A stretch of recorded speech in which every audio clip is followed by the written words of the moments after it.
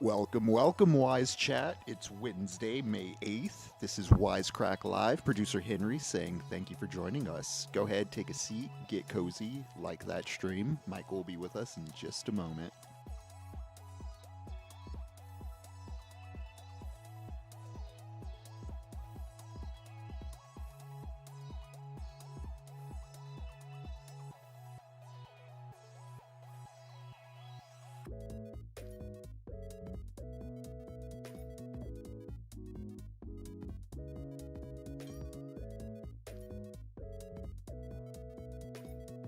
What is up, Zach? Thanks for joining us. Old Grease, definitely check that book out. It really is just Orson Welles rambling on a variety of topics. Some surprising, others predictable, but I mean, he was a very articulate and entertaining man.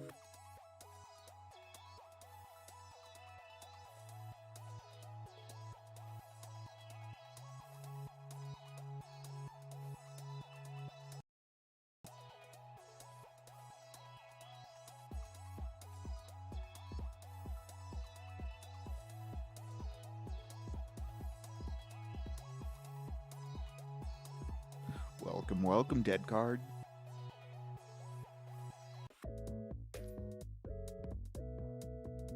And Jared and Hank Galt, and I am Mysak.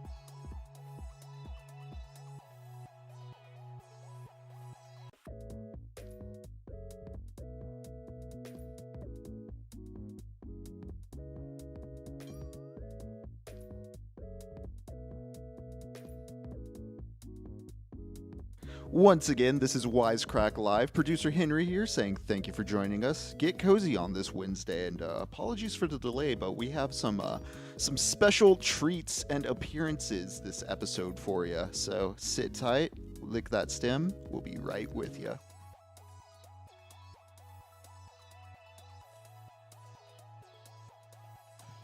Damn, Town. I was saying Wise Chat, but I really do like Crack Chat.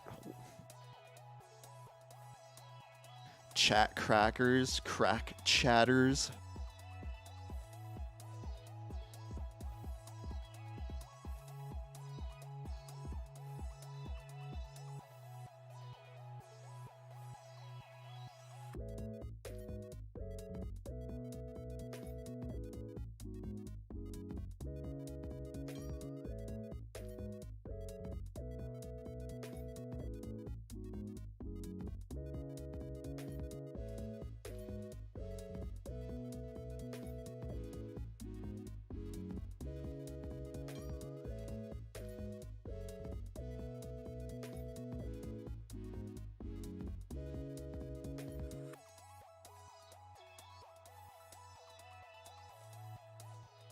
Oh my God. May 8th. May 8th. May I welcome you on this May 8th to Wisecrack Live, where I may speak, I may talk, I may wonder, I may ponder, I may rant, I may speak out of anger, I may speak out of love, I may not speak out of lust, I may give peace a chance, I may give war a consideration, I may just might, just maybe, have a nice time. But welcome to Wisecrack Live. Excited to be here live from our studio in not beautiful Culver City, California. And you are trying to murder me. That's the general thing. Oh, Jacob Sanchez gifting 5 memberships right off the top. Liberal animator. Excited that you'll rewatch later. But thank you so much, John Chu in the house. Welcome. Seeing you here. Very nice thing to do to gift memberships. May I rap battle? Definitely. I mean, who would I battle? I think that here's what I think. I think YouTuber beef is kind of impossible because of the utter irrationality and formlessness of the medium. Because like we all know there's some people on this platform that I hate. We know it. Well, I'm not gonna say it. We know it. But like what would happen is what people make hours long videos just ranting about the other person in a totally incoherent way. That's not fun. Like what do you do with that? Where I think that there is a form to rap music which at least gives you like a formal constraint um you know for the beef. So there you go. Let's see. Okay. Um 1 second. We're gonna have some guests on later today. Lots to talk about. In I think the middle to second half of the show, we're going to talk a little bit. We're going to have some guests on who have some experience with being on college campuses in the past week, who can tell us what it's been like for them, give us some perspective. Um,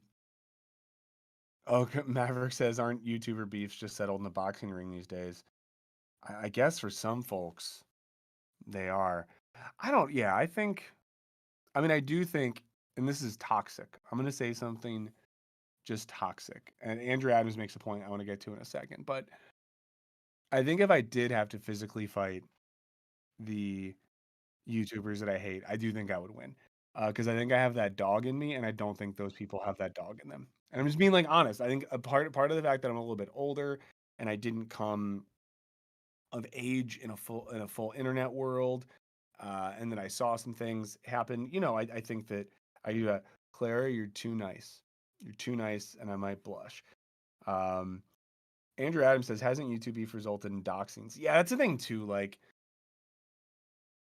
that's the problem. That's the problem with YouTube and streaming type beefs is it leads to unhinged and sad young people doxing folks and getting involved with people's families. And that's not how we do things. That's not what we want to do, you know. So we'll probably stay beefless. We'll be vegan to the bullshit. Lonkin Port brings this up for those of us that like alternative and indie music over the past 30 or 40 years. Engineer and producer Steve Albini passed away.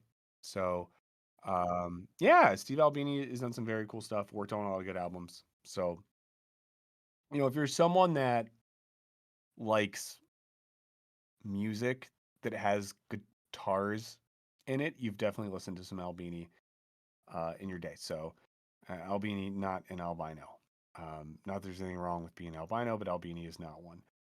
So there you go. Let's see. Let's see. Um, okay, cool. Um,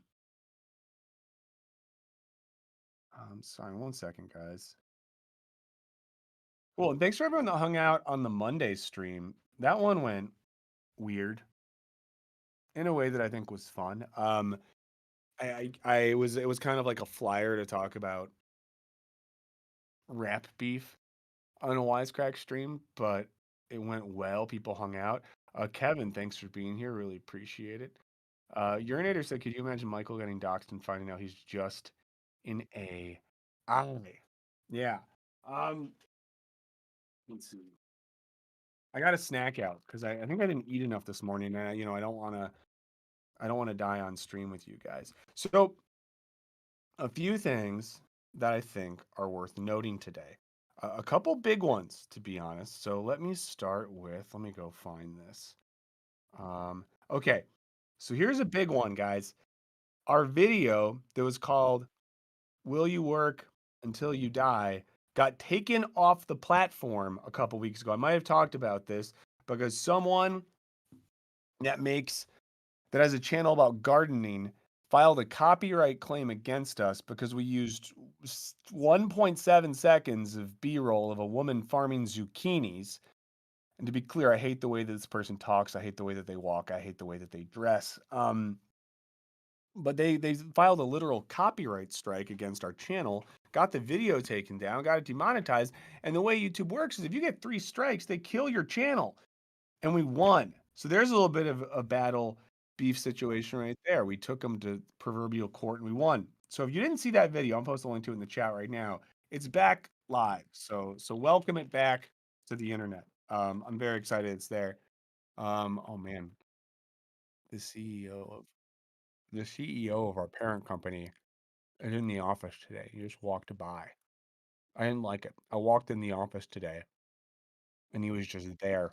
And it really threw me off. Really threw me off. Um,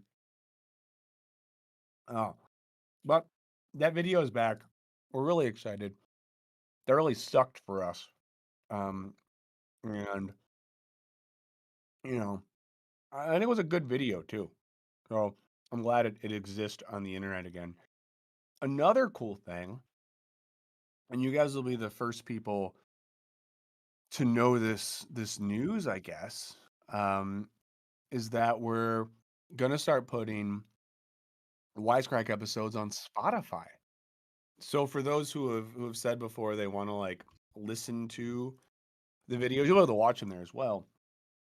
But yeah, we're gonna be on Spotify, so you can check out our videos there. You can start watching them and then listen to them and then watch them again and then listen to them again. So that's a cool thing. And then we're gonna have a version of Wisecrack Live that'll be on Spotify as well. So you can check that out. If you're more of a podcast person. Or if you have friends who you think would like our stuff, but they're not people that use YouTube, you can now just send them over to Spotify. So I think that's exciting. And Henry's going to be helping work on that as well. So for those that love anything that Henry touches, he's going to touch that. That felt weird to Yeah, say. I'm gonna Yeah. slice it up and really get in there. Uh-huh. Yeah. Um, so let's see. I gotta send one more message, guys, but don't worry. I'm setting up stuff to make sure that we're popping later.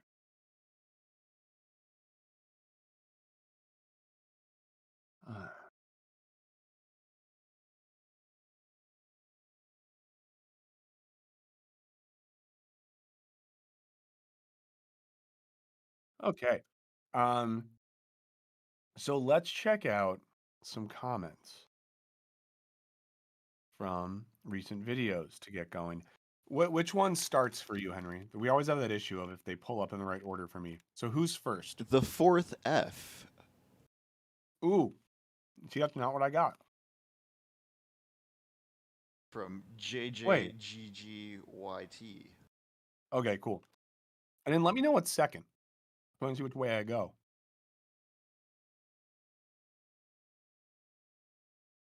Um, I mean, they're all out of order. Okay, cool. So here's some comments. These comments are from the stress video, right? Yeah, as I talked about on Monday, guys, I'm so sorry that I'm eating right now. I don't know what happened. I just got here and I got kind of, I'm going to be honest with you. I got kind of dizzy. I've been getting over a bad cold. So I haven't been like eating and sleeping that well, and I thought I was feeling good. And I got here and I was like, oh boy, I don't feel great. So that's why I'm eating some nuts. I just wanted you to know why. Okay. And I don't want you to be offended by the fact that I'm doing that. I'm sorry if you're grossed out by it. But there you go. So I put the video out on stress that no one watched, uh, which is fine. We think it was a good video. But in it, we talked about reactions to stress. We know that there's like fight, flight, and then wait, there's a third. I forgot what it was. So I asked people what the fourth F would be. So JJGGYT said, the fourth F is fawn. This is actually a really common reaction in stressful interactions with assholes in power. Do you get what that means, Henry? Like fawn? I think it's taking a dig at like fawning or sucking up as a fear reaction or an anxiety reaction, like fawning over someone, like being overly Oh, like celebrative or like kind of appeasing to.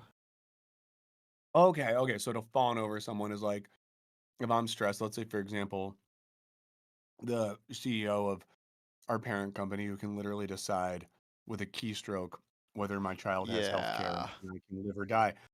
If he like, later today I'm leaving this office and he tries to talk to me and I'm stressed out and I'm like, oh my God, you have great muscles. You have such good hair. Can I pet your shirt? That would be me fawning. Yes. Okay, Sorry, great. was looking through the chat. As Yuntown puts it, to fawn over, kiss ass, flatter. Okay. Yeah. But if you want to contribute what your favorite Fs are, there's still time to comment. The next comment's from daughter of Diogenes. I don't think Diogenes had a daughter. Diogenes seemed like someone, if someone knows this in the chat, let me know. Diogenes seemed like someone who wouldn't reproduce, that wouldn't have sex. Kind of a weird guy. Um, it says glaring, unavoidable uncertainty. We can't even lie to ourselves that everything will be okay. That's what stresses me the fuck out. Whew. I think that was a comment in response to the stress video and me kind of asking like what stresses people out, what's making them feel stressed these days. And man, that's pretty real. Glaring, unavoidable uncertainty. I mean, that's something that some of the psychoanalysts and philosophers would refer to as anxiety. Um, that's something you ever feel, Henry? A glaring, Yeah. unavoidable uncertainty?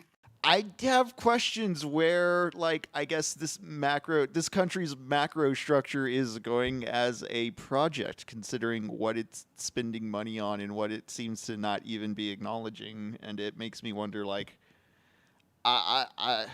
I mean, boomers at one point they were like, "I'm gonna have my 9 to 5 and do this for 40 years, and everything's gonna Yeah. be stable." And I don't have that sense of the future. I don't think I'm doomer about it. I'm kind of like, what weird thing happens next? But it Yeah. makes relying on what appears to be, stable or sells itself as stable. It makes it very hard to trust.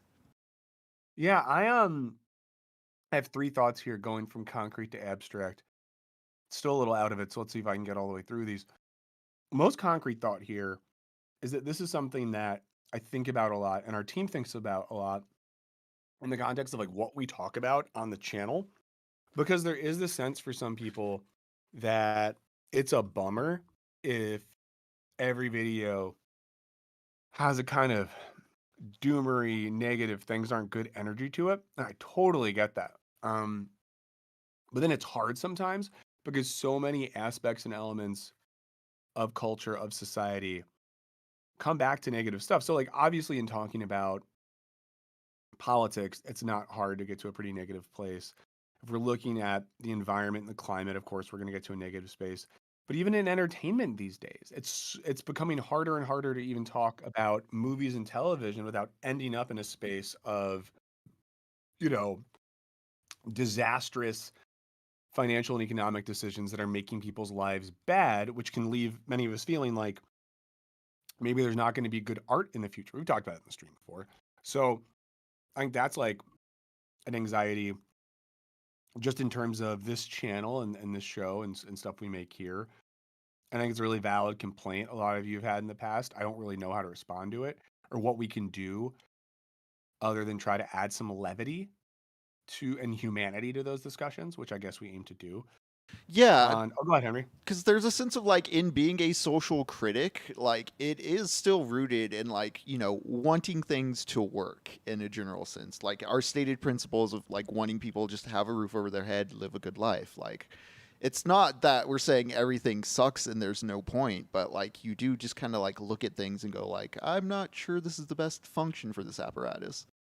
Yeah, and I think that's important. Like the a criticism and maybe a negativity, that's a micro function of a macro desire for hope and positivity and like a better world, you know? Kind of working on a video about that right now. I'll maybe tease that more later. But I guess my second thought here is that it is becoming increasingly difficult to look at some of the large scale stuff in society and think like, oh, it'll be okay. So even going from, I know we have friends on the stream, some friends we might talk to on the stream later, hint, hint, who work in education and academia. And I do think it's become increasingly hard for people that work in that world to say like, oh, things are going to get better. It's going to be okay, whether it's for students, for faculty, or for the general idea that we have a society that wants to put resources behind the pursuit of knowledge and wisdom. It's hard to think that's going to be okay. For those of us that work in media, it's becoming increasingly difficult to see where this all goes that's positive. Again, go back a couple weeks on the stream. We talked about Daniel Bessner's really great Harper's piece about what's going on in Hollywood. And we think about literally the future of the planet, there's not a lot of good evidence for this. I did see a tweet, and maybe this is like me getting caught up in dumb memification that I thought was interesting, where someone said something to the extent of, people trust scientists so much when they're describing an eclipse that they book hotel rooms and plan trips months in advance, knowing that when they arrive at that location, they're going to see the eclipse, the thing that happened a few weeks ago. However, when those same scientists talk about climate change, those people think they're fucking idiots. Interesting. Interesting. You know, the way I think it gets into like confirmation bias, the way that we believe things when they're fun, but we don't believe them when they're not fun. Third thing, I can't believe I'm getting to all these points. Maybe that little packet of nuts helped. This stream is brought to you by nuts in my. Oh, I'm not gonna do it. But my third point here is that a lot of, especially in like the 19th century, a lot of philosophers, the main people I'm going to think of here are Schelling, German idealist philosopher, but very weird. If you're into getting into it, getting into some really kind of like esoteric philosophy, Schelling's great in terms of writing about freedom and anxiety. And of course, my buddy Kierkegaard is great here. But for a lot of these people, they thought a fundamental aspect of our human being was staring into that glaring, unavoidable, what they might call abyss of uncertainty. And that uncertainty in many ways is freedom. And of course, it's one thing when we consider our own freedom.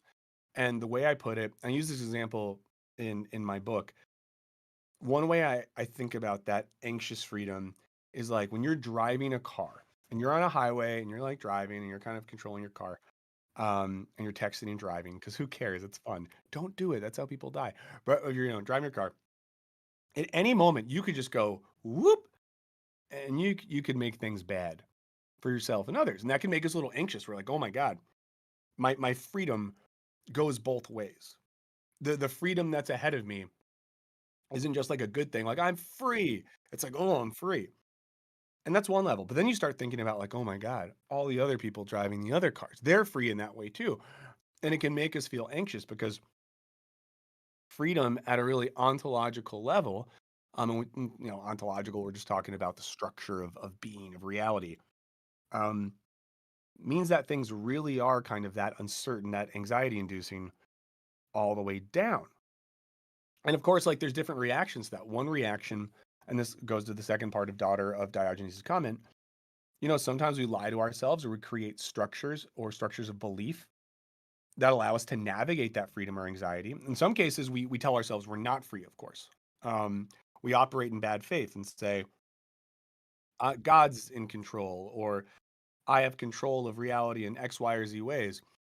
Another response is sort of a type of nihilism, a sort of negative nihilism of just like everything is fucked, so whatever. Of course, the ideal response, and this gets into the more existentialist take, is that we have to embrace that freedom and do something with it out of responsibility. The hard thing with that, of course, is the difference, to get back to the car analogy.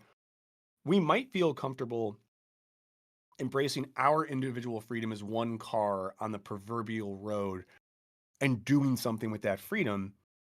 But then we recognize, but what about everyone else? And that's the hard thing. I think that's the hard feeling these days, because so many elements, and we'll talk about this more in the stream today, but so many elements of the contemporary discourse do seem to indicate, and I don't want to put this in a smug way, and I don't want to put it in a way where I sound smarmy, because I'm not that smart. I don't know that much stuff, but it seems like there's a level of accepted idiocy in the discourse, which is very scary. I'll give a really stupid example. Henry, you might know how to say this person's name right. The woman who is what is she? The governor of North or South Dakota, who I guess is going to be the vice president. Her last name's like Noemi or Noem or something. Um, yeah, I've been reading it. I don't know how to pronounce it, but Yeah. uh, I saw a clip. I'm sure all of you have seen this. And this woman wrote a book, because in American politics, when you run for anything, you have to write like a book, because you just get to make more money, I guess. I don't know. If I put out a book, you can be like, he's running. He's definitely running. I think it's just Christy Gnome. All right, Christy Nome. Okay. Wow. Christy Nome wishes she would have known Noam Chomsky. Hashtag bars. I hate myself. But in this book she wrote, she talks about meeting Kim Jong Un and says, Kim Jong Un might have not thought that I was tough, but as someone that used to be a children's pastor, I knew how to deal with people that were little brats, or something like that. This is also the woman who I think is the same one who shot her dog, and people talked about that. Yeah, that's what I'm Um, familiar with. People also bring up a yeah, gravel pit story. I'm not sure yeah. what. She took a puppy to a gravel pit and shot it, and wrote about this in a book, and was like, the dog ate one of the chickens, so she took the dog to a gravel pit and shot it. For those of you who are not Americans, this is the level of like discourse in this country. These are people. This is a woman who's statistically likely, in some cases, to be the vice president of this country, I guess the second most powerful political figure. And in the book, she writes about taking a puppy to a gravel pit and shooting it with a gun. She Didn't also, oh, go ahead. I was to say, didn't Bobert have a restaurant that wasn't refrigerating its meat? That was a very Yeah. shocking bar drop for me. Yeah, she didn't have they didn't refrigerate meat, but you could bring guns there. So for those of you that are really into open carrying weapons and fucking love salmonella, it was a spot for you. Um, but this gnome woman, so obviously she shoots the dog in the gravel pit, but she writes this whole thing in this book about meeting Kim Jong Un, and she goes on Meet the Press, big American Sunday morning political show, and the journalist says, "Hey, you write in your book about meeting Kim Jong Un.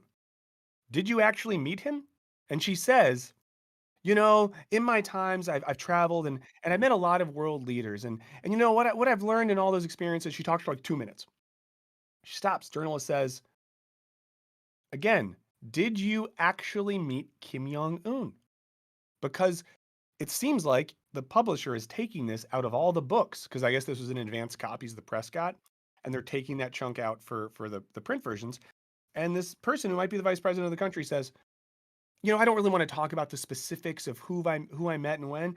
And like that's the level of discourse that we have people who, like, you can just lie, but you don't have to cop to the fact that you lied. And I think for some of us, that feels crazy. It makes you feel like you're losing your mind when people can just like put a thing in print and say that you met Kim Jong Un, but then you didn't. But then you don't have to just be like, oh yeah, that's a lie. It's crazy. That's where we're at. So That's a long way of saying great comment, daughter of Diogenes. Really appreciate it. What's next in your list? Is it Andy YJ Cal? Andy J Cal said, and so the stress video. Also, stress video. Thanks for the nice reaction. One thing that's sorry, this is gross, but we're all here together, so we're in it. We're in it today. Um, Interesting thing, and I don't understand the YouTube algorithm in this way. A video that was like our worst performing video in such a long time, but great comments. People seem to like it. I like to dislike ratio, so thanks you for those. Thanks so much for those of you who watched it. But Andy said at first I thought this vid is timely because I'm really stressing right now, but then I realized this vid is timeless because the stress never flippin' stops. Yeah, it doesn't. It makes me so sad, that so much of our lives are spent uh, feeling stressed. It's not good. Is the next one Cat has opinions? Okay, so I did recommend in the stress video, if you have the time and the ability to do it, to go on a long walk, a long stroll, spend some time outside, whatever you're physically able to do. And they said they're going to do it. So I'm glad that they took that opportunity. I do think getting outside is great if you can do it. Next one from Lonkin Pork, friend of the show. So this is from Monday's stream. Lonkin said, sad I missed the stream yesterday, but this is the first time we've hit Dome on a Monday. If so, congrats. Pretty soon the streams will be big enough that Michael will just have to start them without his hat on. Yeah, it was the first time, for those of you who didn't see it, we hit Dome on a Monday. Also, I haven't said it yet. Like the stream. This is Wisecrack Live. Thanks for being here. Liking the stream helps us out a lot. Thank you for doing it. But yeah, Monday popped off. Monday streams are normally pretty mellow, so that was pretty crazy for us. So thank you so much for everyone who showed up. What's the next comment for you? Diego said, wrote my bachelor thesis about May 68. Crazy to hear Michael mention Bally Bar's work. Yeah, for sure. We talked about, was that from stream? Yeah, that was from last week's protest stream. Yeah. I mean, it feels like a future one because on Friday we have a full video coming out that Henry's editing on protest stuff that gets into May 68, French history, that sort of thing. So there you go. That's our comments. Nice to hear. Oh, fuck. What's the last one? What's it say? What's it start with? Oh, yeah. This says, oh, yeah, this one's good. From Tribune Aquila. 2 of my history professors were arrested for trespassing on the quad last week. They were there to support the students when the protest eventually had more police than protesters. Yeah, I mean, this is wild. Like, and a lot of universities, I don't know where Tribune's at a lot of universities last week, a bunch more faculty and stuff like that. Hold on one second.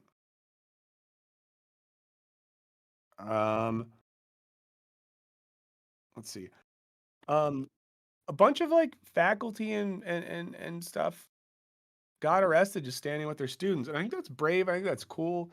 I think it says something about the relationship between a lot of professors and their students. This is something that Chris Maverick can talk to us about in a little bit. Eddie, who's often here, I'm not looking at the chat right now, so I don't know if he's here today, but and teachers in general, like, care about their students. So pretty wild last week to see that go down and to see, faculty get busted. Dr. Clownicus did ask what we need for me to stream in the nude. 6,666. If we ever got there, 6,669.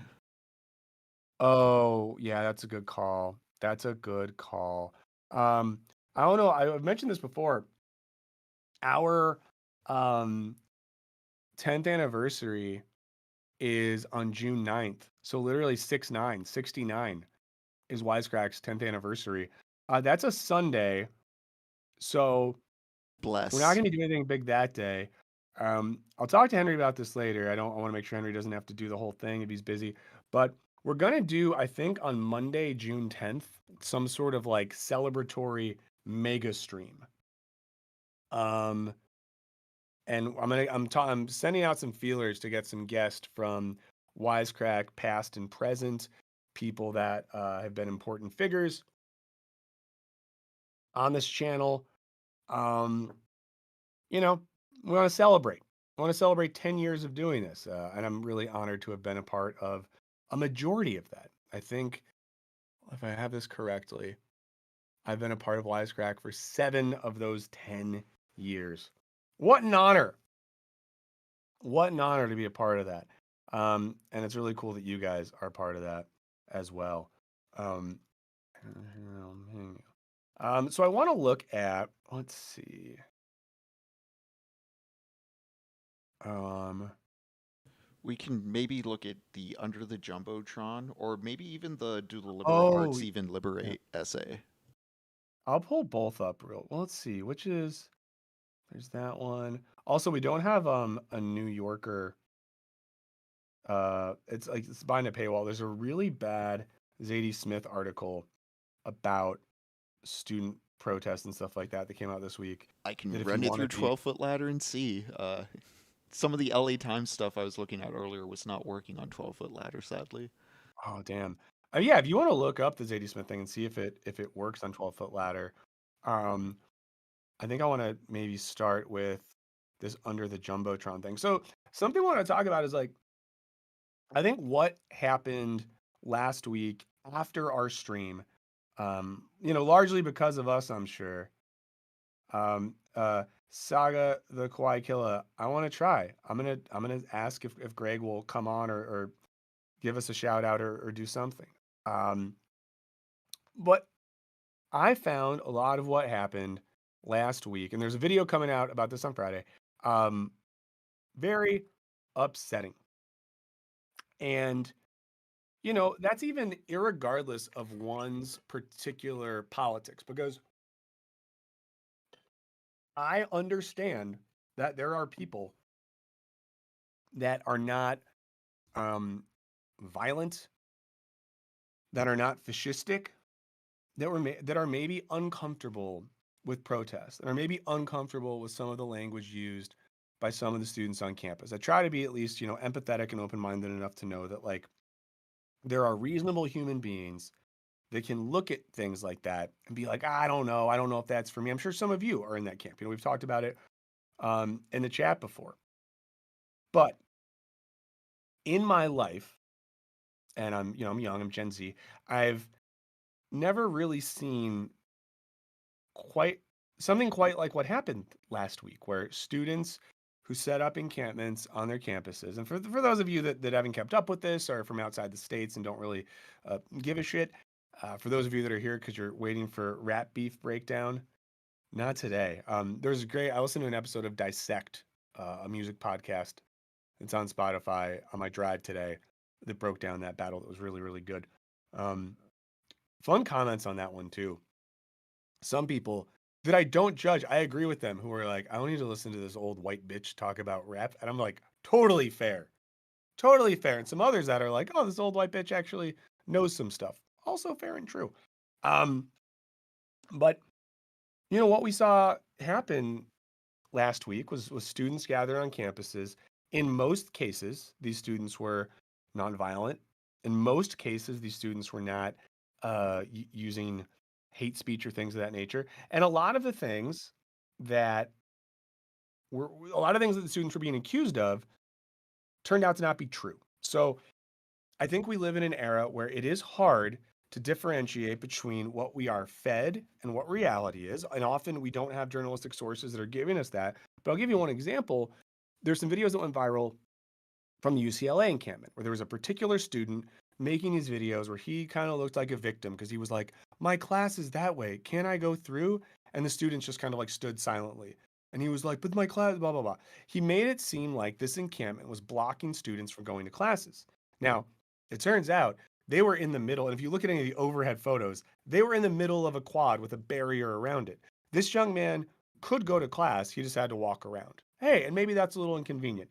But it turns out this dude is sort of like a Zionist influencer provocateur on TikTok who was carrying around like pepper spray with him, who's making these videos feigning innocence to create the idea that these students, and basically implying that these students were like keeping Jewish students from going to class, which is everything I know about the UCLA situation was not true at all. And there was a lot of kind of like right wing. I hate how many right wing like TikToker YouTubers there are now who are like cool looking youngsters. who showed up at some of these protests, and we're like, "Hey, can you tell me what you guys are here for?" Blah blah blah blah blah. And a lot of students didn't say shit. They just shut up. Wait, did someone gift 20 memberships? Old Grease did like way before we even Oh started. my God, sorry, I didn't realize that. Thank you so much. I just saw the top chat thing.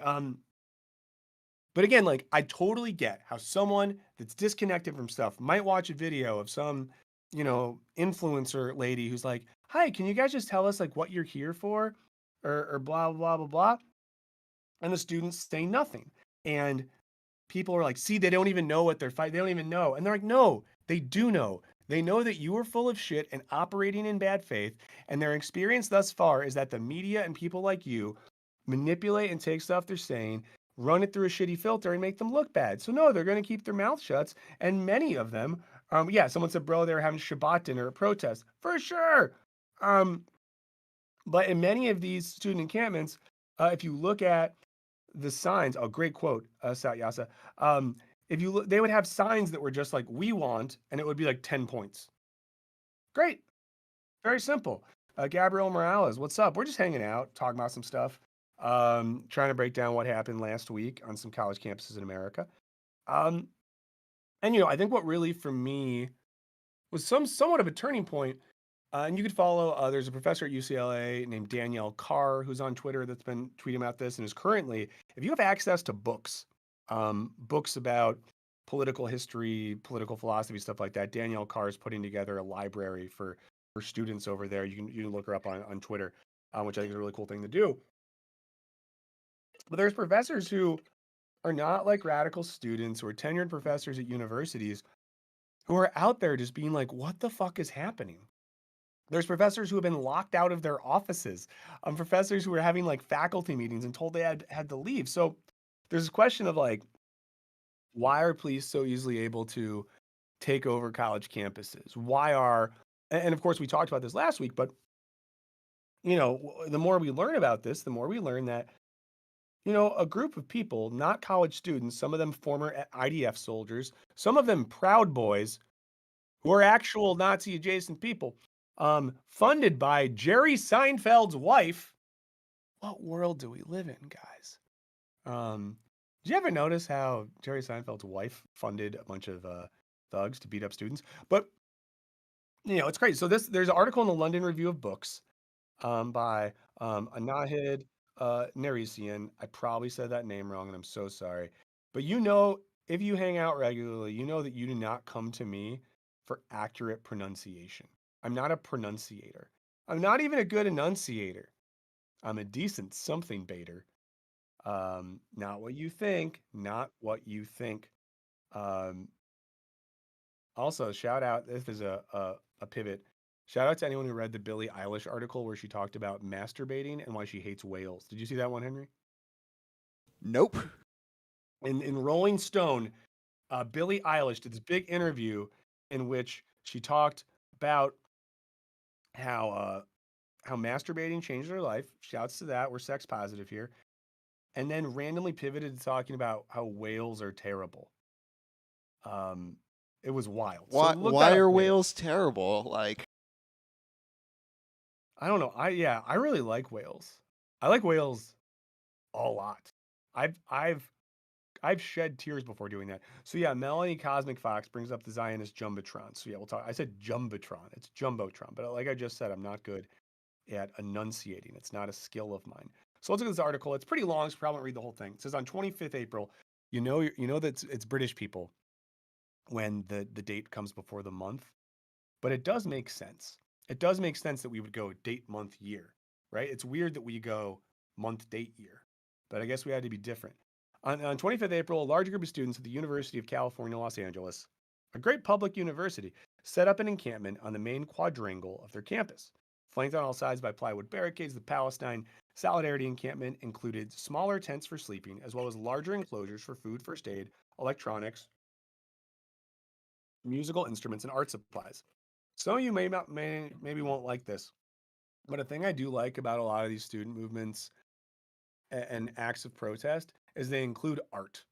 Many of them, like, even if the art's silly, people are playing music, they're fucking playing bongos, they're painting things, they're lecturing. I think that's great. I would have liked January 6th a lot more if there was an art section other than, I guess, Kid Rock and Ted Nugent.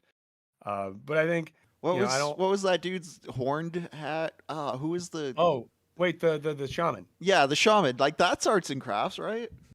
Yeah, no, shamanism is definitely a sort of art and craft. Um, no, Jerry Seinfeld's. No, he didn't marry that one. But yeah, if you guys really want to hear Jerry Seinfeld's funniest joke ever, it's about the number 17. So just Google Jerry Seinfeld 17, and you're gonna find the funniest joke you've ever heard. Um, but it says there was also a library, which a paper sign taped to a tree designated the Refat Alier Memorial Library in honor of the Palestinian writer and teacher who was killed by an Israeli airstrike in December 2023. Alier wrote his doctoral dissertation on John Donne as a poet, I think. On YouTube, you can find him lecturing in English to his students at the Islamic University in Gaza. One lecture begins with a discussion of Horace's Ars Poetica.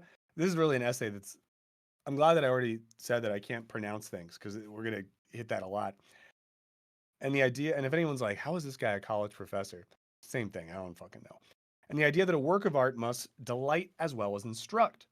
The term metaphysical, he explains a bit later, means nothing because it was foisted on poets like Donne by his critics, among them John Dryden and Samuel Johnson, whose assessments Alareer projects onto the whiteboard. The lecture builds to an analysis of Donne's poem, The Bait, which, Alareer explains, is a parody of Christopher Marlowe's poem, generally known as The Passionate Shepherd to His Love. When you parody something, Alareer says, you try to offer the readers another possibility of another worldview, a different worldview, telling the people, hey, this isn't the only thing. There is something else. It's really beautiful.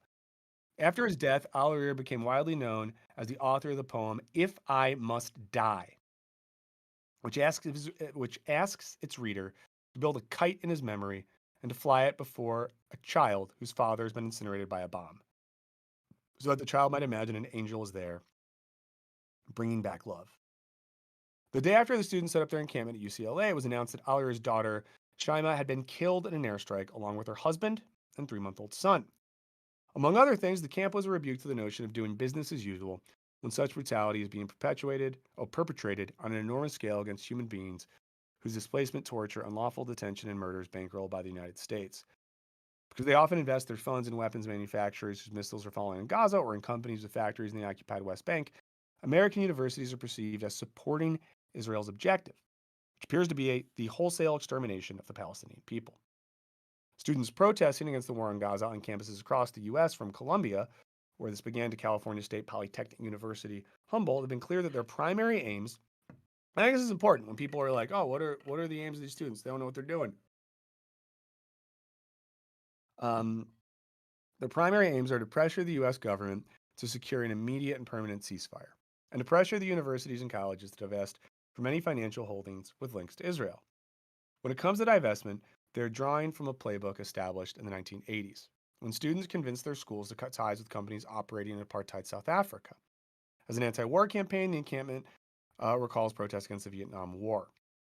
So I want to skip ahead, and there's a lot of great stuff here. So definitely, read this full article. So a thing that starts over the weekend. So it says, over the weekend, following the formation of the encampment, a large group of counter-protesters, few to none of whom appeared to be UCLA students, arrived on campus. And a weird thing about counter-protesting, it's a thing. I get it. I've been a part of a counter-protest before.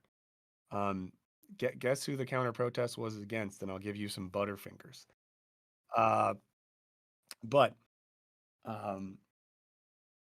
there's been a bunch. So there was a counter-protest at the University of Chicago this weekend that I thought was so wild. People showed up waving American flags. Why? I don't know. I'm so confused about the logic. Maybe I kind of get it. How you go from these college students want their private university to divest funds drawn from their tuition in some part from weapons manufacturers who contribute to bombings and genocides on the other side of the world. How you hear that and think anti-American, because the implication is, what is American is universities taking students' tuition money to invest in corporations that produce weapons that are used to kill children on the other side of the world. Right? Like if what they're doing is anti-American, then I guess it is American to do those things. That hand thing I just did, in my mind, I was waving a flag in case it looked like I was brooming or masturbating oddly with a skinny penis. But another thing I noticed, and this is from the University of Chicago one, they were blasting Bruce Springsteen's "Born in the USA." Friends, family, loved ones, crackheads. Dr. Clown, because I definitely protest against the Insane Cloud Posse and their inability to understand how magnets work. Thanks for being here. Like the stream. "Born in the USA" is a song. So when Bruce Springsteen sings "Born in the USA," he's using irony. He's using irony to point out the fact that people in America born in factory towns, not a part of the upper classes who believed that their hard work could get them someplace, were the same people then drafted to fight the Vietnam War, a war that had no end in sight. Many of them killed or changed for life, and that those people have not been given a fair shot, and that the children of the rich are able to avoid all this. That is literally what Bruce Springsteen's "Born in the USA" is about. Bruce Springsteen, fucking super rich guy, but in his art is very much, a union guy, supportive of the working class, all that sort of stuff. So blasting that song to do the thing you're doing is very stupid. The stupider thing I saw, you can find this clip online, was someone playing Rage Against the Machine's "Killing in the Name of" and waving American flags, again, waving American flags, to Rage Against the Machine's "Killing in the Name of." Harry, you've heard that song, right? Yes. Shout out to Drift King 305. I love when he shows up. I love that we have a Miami correspondent. Dade County's finest. So, and it's crazy. So if Rage Against the Machine, that song. It's a song about like police violence and fascism. If you know anything about the members of Rage Against the Machine, they're very much with the students on this one. American individualism in pop culture means the art I like means what I say it means. It's wild. And again, like I'm very against, we've talked about this.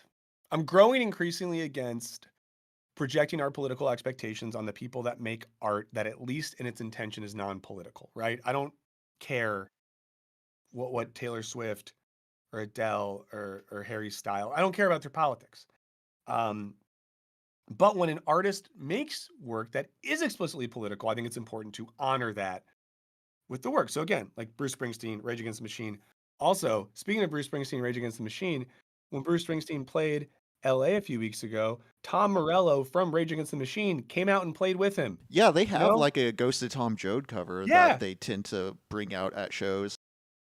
Yeah, like Bruce Springsteen isn't the most, I think, overt politically, but like he writes union anthems and makes music with Tom fucking Morello. So, Also, Ghost of Tom Joad, like, again, a Grapes of Wrath reference, Steinbeck, socialism, just American history, all of that. Yeah.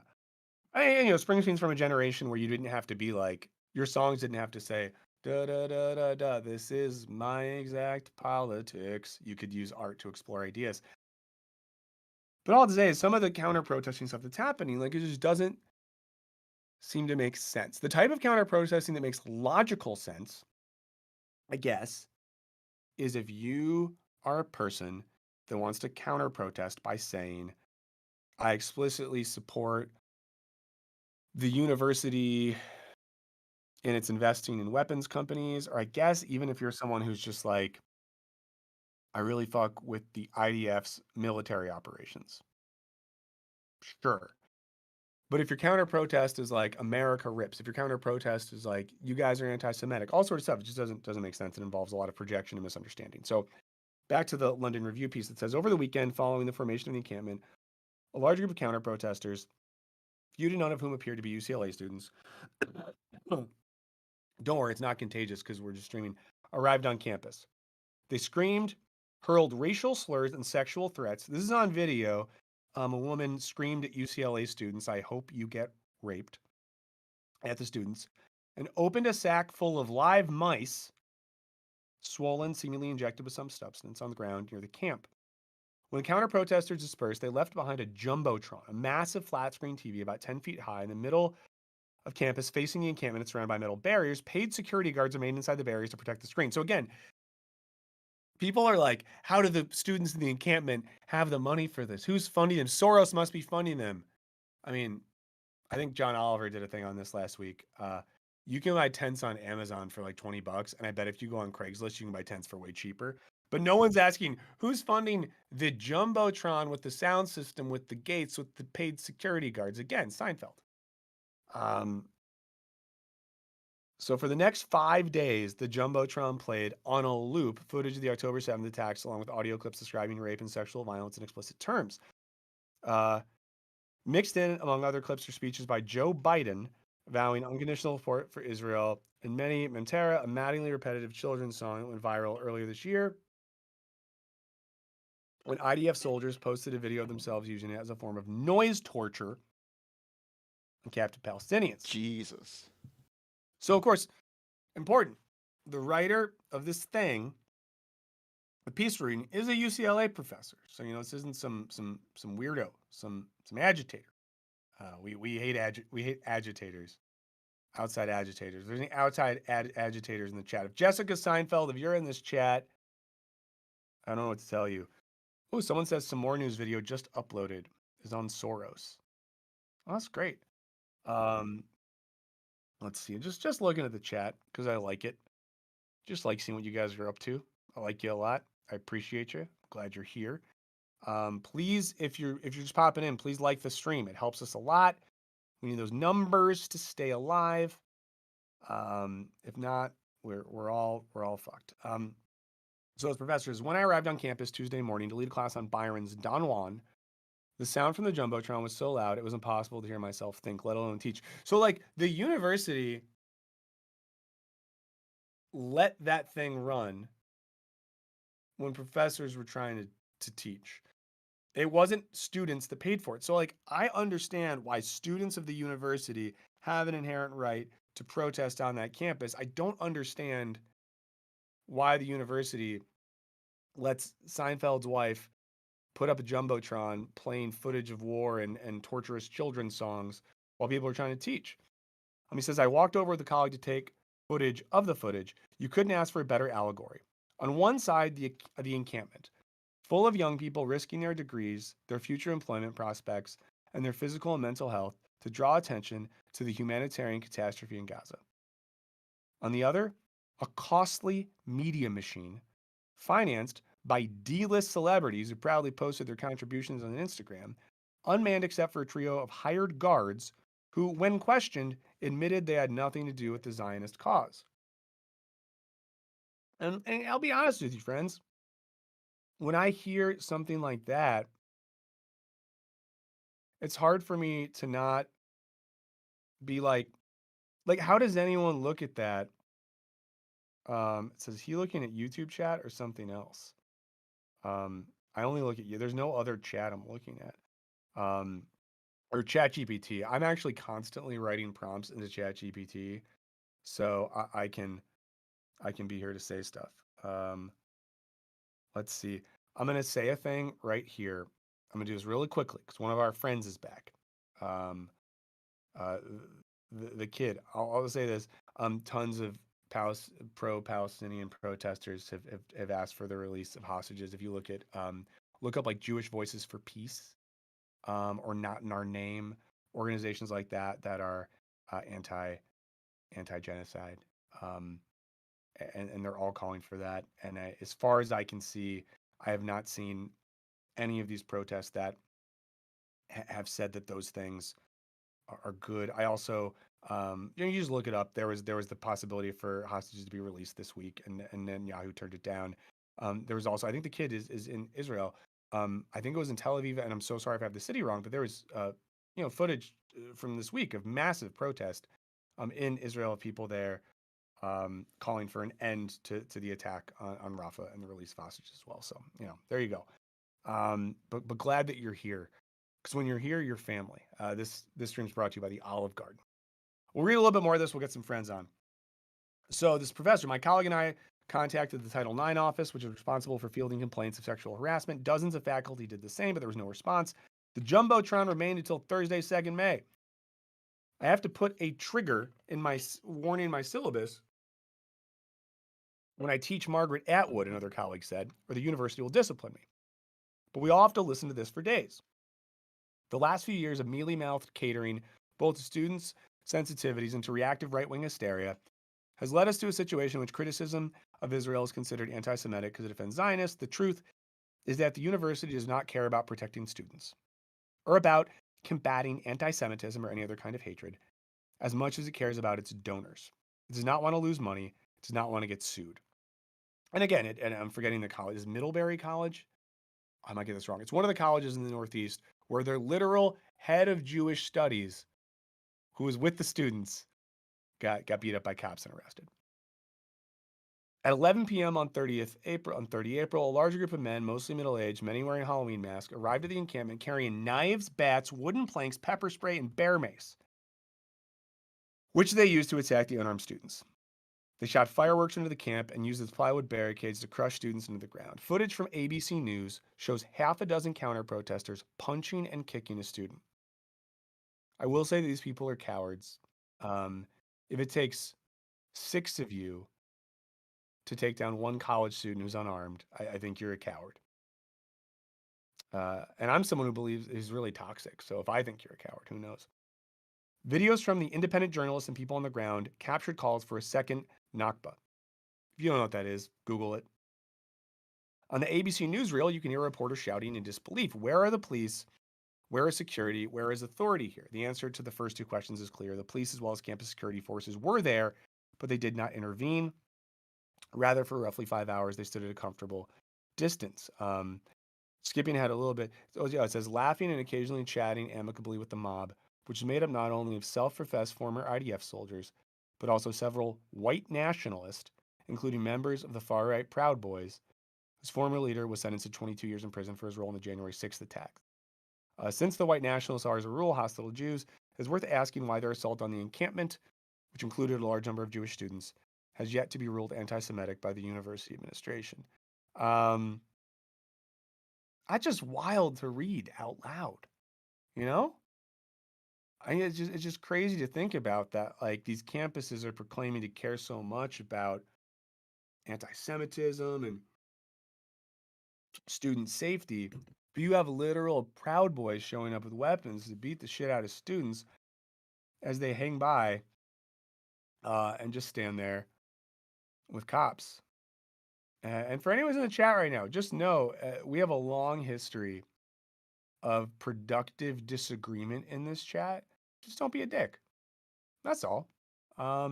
Henry's like not even a cop. Henry's like a community safety officer and how he moderates chat.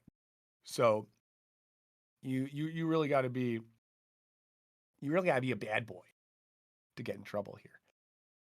I did put someone in timeout right now, but I tried to time out, not straight up ban. We'll see what happens when their 10 minutes are up.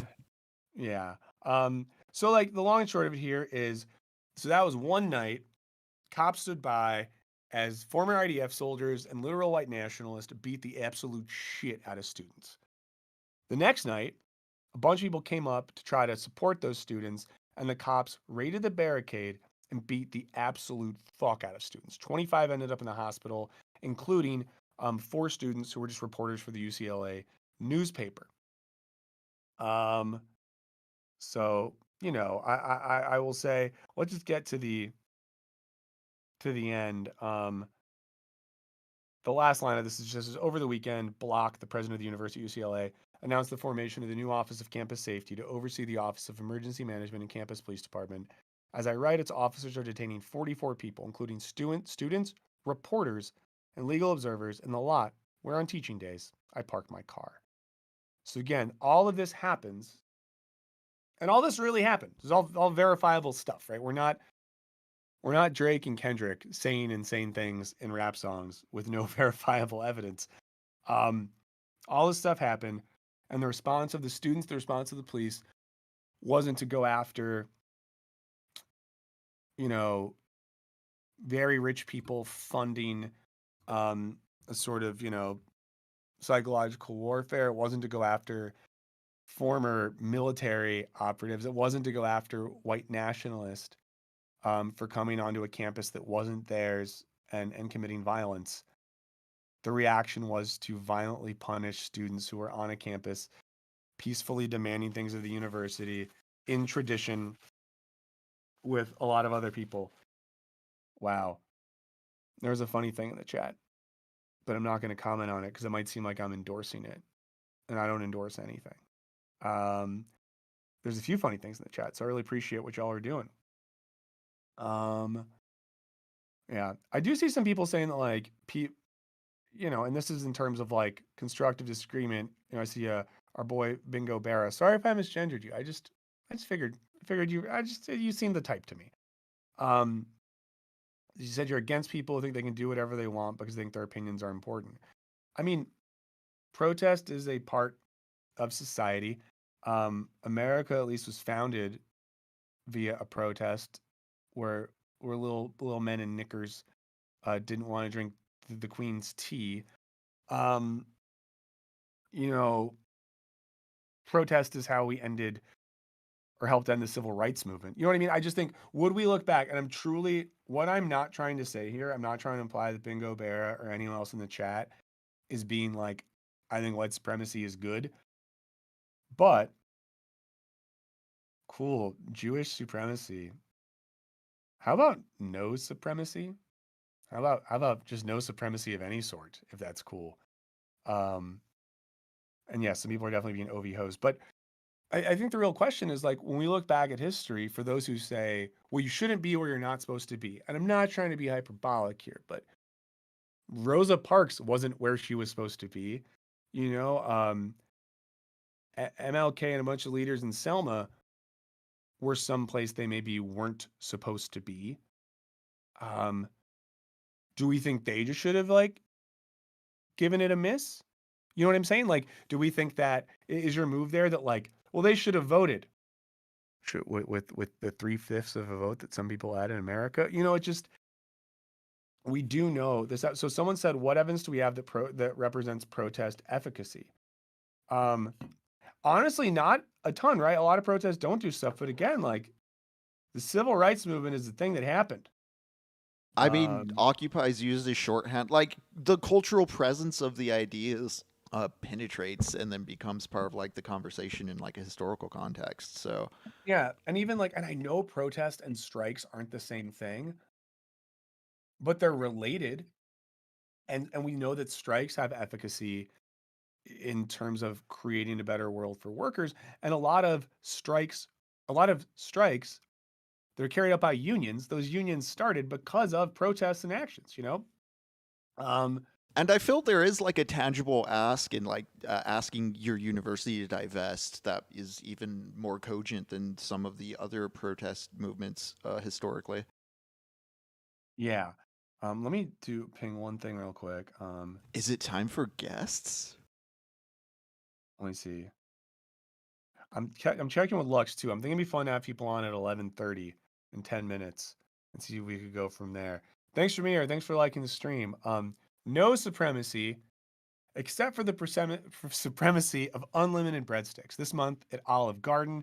If you go to any Olive Garden location, and when you order your food, you first say, Wisecrack, you'll get unlimited breadsticks. At every Olive Garden location, you just have to scream, Wisecrack, at your server, and you'll get free breadsticks. So do that, and then participate in the Wisecrack challenge by filming yourself saying Wisecrack at your server at Olive Garden as you get your breadsticks.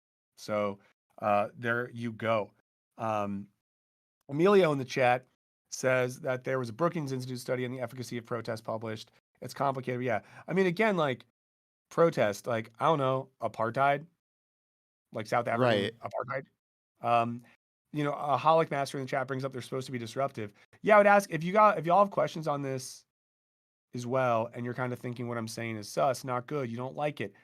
I would encourage you to go watch our video on protests from a couple months ago that gets into the history of things here. That gets into kind of like the logic of a protest, because if a protest is non-disruption, if a protest is non-disruptive to systems of power, we might say that it's not actually a protest, right? That by definition, a protest is something that has to be disruptive to those systems, if that makes sense.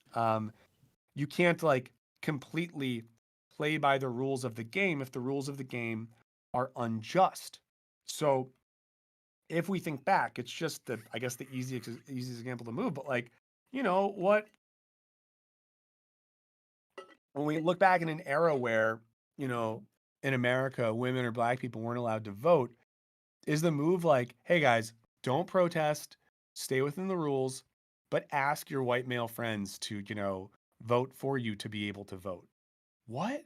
Like sometimes an act of protest involves taking up the space that is not afforded to you, or affirming yourself or your humanity or whatnot. And I think too, like, no matter what, thanks, Blondie. No matter what we think about, I guess, the specifics of some of these students, I don't know. I think it's fair that if you are giving an ass ton of money to a university, that you should be able to say, hey, can we have some sort of say in what you do with that money? Like if I try to think of an example here. I don't know. Like if I was investing money, and I'm too broke to be investing money, but if I had an investment fund and my portfolio manager was like, Mr. Burns, and I said, yes, portfolio manager. And he said, you know, Lockheed Martin, missiles going up. I want to put a bunch of your money in missiles. I think I would just say, no, I do not want my money in missiles. Okay, let's see. Jump in. Can we get Lux in the waiting room now? Yeah. Lux, go ahead and hop on Discord if you're hearing this, buddy. Yeah, and I'm gonna ping. How do we do? Do we have to? Can you send, or should I? Do we have to send Maverick like an invite? Since he's on the Discord, he should be able to just hop in the waiting room. Does he see the waiting room channel? If not, go ahead and send a Yeah. link. Okay. Cool. Mav, I just messaged you. Awesome. Jump in. Okay. But yeah, I wanted to bring on some folks who they've been more on the ground than this. Lux is not Hassan. A lot of people recently have been like, "Oh, Hassan should come on." That would rip. Hassan Piker seems great. I've never met the gentleman. I, I do feel like. Oh, I'll say one thing. I'll just finish this thought. I do feel like though Hassan streams all day, so he probably wouldn't come on our stream. I'm going Um, to pull Chris Maverick in now, and then I see Lux in the waiting room. I can just start rolling people in. Here yeah, we How about go. this? I'll introduce Maverick and then bring Lux in. Okay, guys, our friend, Doctor Professor Christopher Maverick, who is a real life academic who works on both serious topics and video game stuff, which I think is also serious. I'm sure you do too.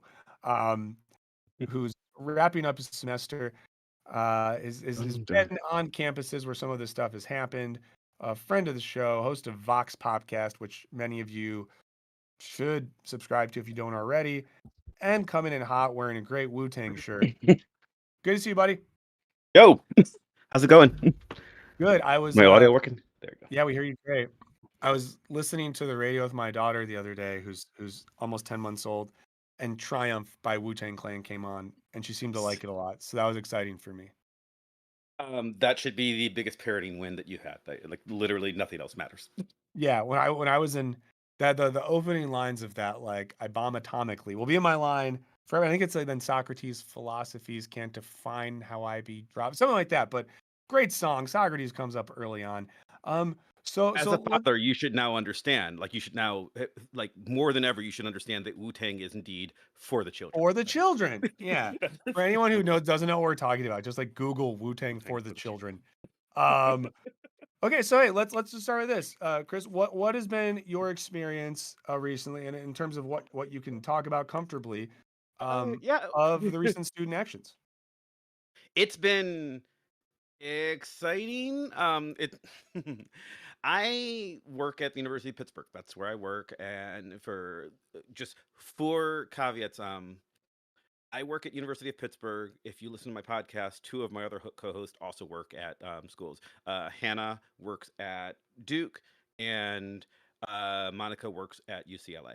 And we have very specifically not been doing specific shows about any of this Yeah, because of very, very complicated things. And I'm going to very carefully caveat much of what I say today in ways that I don't normally because I'm bad at like we respect it. holding my mouth. So that said, there are things that one should say when they work at a university and things that one should not say if one does not have tenure to protect their job. Yes. That is, and frankly, even if one does. So the thing that we've been saying on our show is we reject the concept of genocide in all of its forms. I'm Sounds fair. anti-genocide, and I am pro-protest in in the sense that I think in the abstract, I think the university is a place of ideals where students should be able to aggressively have their voices heard, and that is more important, I would argue, than much of the things that sort of um, certainly from the outside one might think of a university as, like such as taking classes, and I say that as a person who teaches classes for a living, but also certainly more important than things like land grants and investors and oil and various things that might go on to any number of universities as far as like where money comes from. So I would say that to the argument that the students are disrupting the business of the university, I would say that the most important business of the university is teaching young people to stand up for their ideals, whatever those ideals might be. Amazing. Now I want to keep talking about this, but I wanted to get Yeah. your intro thing on that.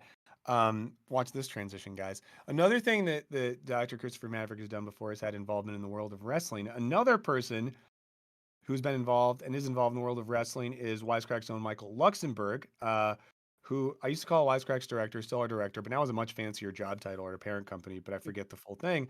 Lux is also here. Lux is someone who has been involved. I'm going to give him, some intro stuff. Lux has been involved in an ass ton of protest in his life. He's someone that thinks really critically and deeply about issues of political philosophy. He's someone who is a self-identifying Jewish person. Raised by a proud, cool gamer rabbi. And Lux has recently been out and about at UT Austin, done some teaching stuff, done some solidarity action. So, wait, is Lux here right now? I was looking out for a I second. can bring him in Oh, in bring him just in. a Yeah, moment. yeah. Bring him in. Wow, what a good intro that I did for Lux right there. He should really respect me more. Um, yeah, Lux, did you hear my intro for you? No, I didn't hear anything till right. Oh, it was really good. It was like I I really said, bet. oh my God. In the chat, let everyone know that that was a really good intro. But the gist of it was that you're someone who, for many reasons, both has things in common with Dr. Christopher Maverick and also has opinions and experiences that are very relevant to the discussion. So um, I guess maybe as sort of an intro thing, similar to what I asked Chris, what have been your recent experiences as someone who's been on the ground for some of these student protest actions in the great state of Texas? Well, I've been doing a lot of stuff. I've seen a lot of stuff. I didn't make it. I was not there when the first UT crackdown happened because I was going to do a teach-in that day, and then they sprung up the encampment, and I was like, oh, I guess I'm not doing a teach-in, so I'll hang out. And so I went to go see a 35 millimeter print of Alien, and then got out of the movie theater, and my phone was going bug fuck crazy because all of my friends were getting arrested. Not all of my friends. Henry's fine. But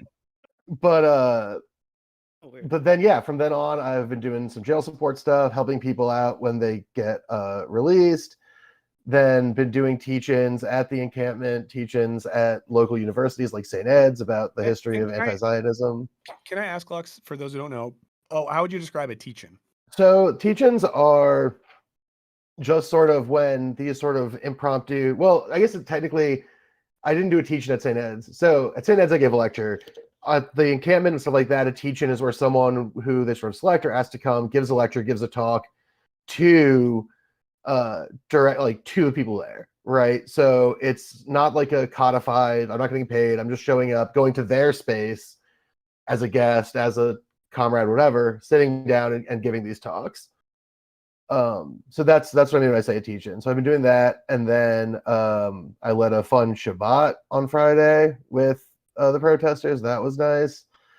Although, man, the guy who was doing the song leader was a real acoustic guitar and fedora guy, and that kind of took some of the wind out of my sails as far as having a good time. But yeah, so I've just been on the ground doing stuff, helping organize. I was a question asker and videographer at a screening of Palestinian films by a Palestinian filmmaker on Saturday.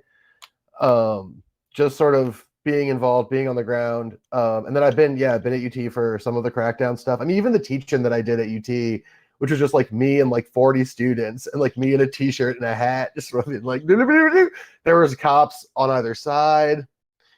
There were cops in front of me and behind me, just sort of like waiting to see if I did anything crazy.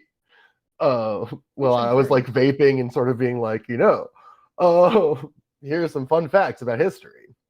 I love that you brought up vaping right after someone in the chat said this dude high as fuck. I'm not, for once, but You would say if you were. yeah, you could tell if I was. Well, so let's say this. And this is a question for both of you. Maybe we'll start with Mav here. With everything going on and sort of the media discourse, to me at least, and you guys have been on campuses, I have not.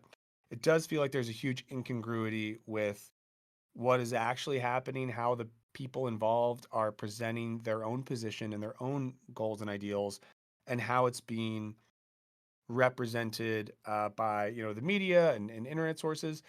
I mean, do you think that things are uniquely bad in that way, or is this an instance where we're just not used to what it's like when things like this happen in real time? I think so. I think that's a complicated question because I don't think it's unique, and I think one of the problems we're having is people keep treating it like it is. I've gotten to, I won't even say arguments. I'll say discussions with people, and I'm not going to call them bad actors because they're not. This is actually goes into the things that have been happening in the chat.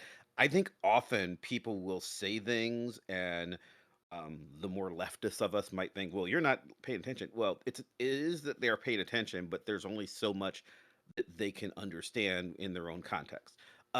So one thing that people have been saying to me is, well, we wouldn't allow this to happen. This being protest against Israel, against Zionists, if it were black students, if it were gay students, if it were trans students, if it were anything else. And my answer is, I have had to teach classes while the Westboro Baptist Church was yelling outside my window. Jesus Christ. That is a thing that I have done, and then I have had to explain to my students why they were allowed to do that and why they should be allowed to do that. So what I will say, with all the vagueness of my introduction before, I will say that I am against the Westboro Baptist Church and everything they stand for in every possible way. I think that's fair. Yeah. However, I completely support their right to protest on a university. I support their right to march from one university I worked at to the other university that I worked at the time. And I support the rights of every one of my students to march alongside them, yelling obscenities at them. That's a thing that you can do because you can counter protest. So, so my explanation there is when you're saying something like, well, you wouldn't allow this to happen to other marginalized groups. And yes, Jews are a marginalized group. That is a thing that is true. But it's not so much that we wouldn't allow it to happen to other marginalized groups. This is what happened in Congress when they said, well, anti-Semitism in all its forms is wrong. Anti-Semitism in all its forms is bad and wrong, but it's also in many ways protected by not necessarily law, but by the concept of what a university is. You need to be able to protest Israel, which I would argue is not even anti Semitic, but you also need to be able to just protest Jews. Sometimes people can speak about horrible things and they can have bad opinions, and we as a university support your idea to be anti Semite, a homophobe, an Islamophobe, a racist. Like, it sucks. I'm a black guy. Trust me, I've seen it suck, right? Like if you're worried about things like, oh, well, Jewish students feel uncomfortable to go to class. I agree, and I agree that's bad. You know who also feels uncomfortable to go to class sometimes? Me, I do, and and I work there. So the answer is yes, they can protest, and for the most part, they haven't been doing any of the things that you've seen on TV to where you complain about. Like you see the isolated, really, really bad instances on both sides. You see when there is an attack. You see when there is a police bust. Most of the time, it's people sitting around tents, like singing and Mm, hitting drums, like Lutz yeah. just said. Like, and by most of the time, I mean the encampment at my school went on for I don't know, 2.5 weeks, 3 weeks, and the interaction with the cops that got physical was 10 minutes of that. Yeah. But And that's what you're and going to see, right, in the media. and that's what you're going to see on television because, by the way, that 10 minutes was not a good thing. Like, I am, kind of upset about what happened there.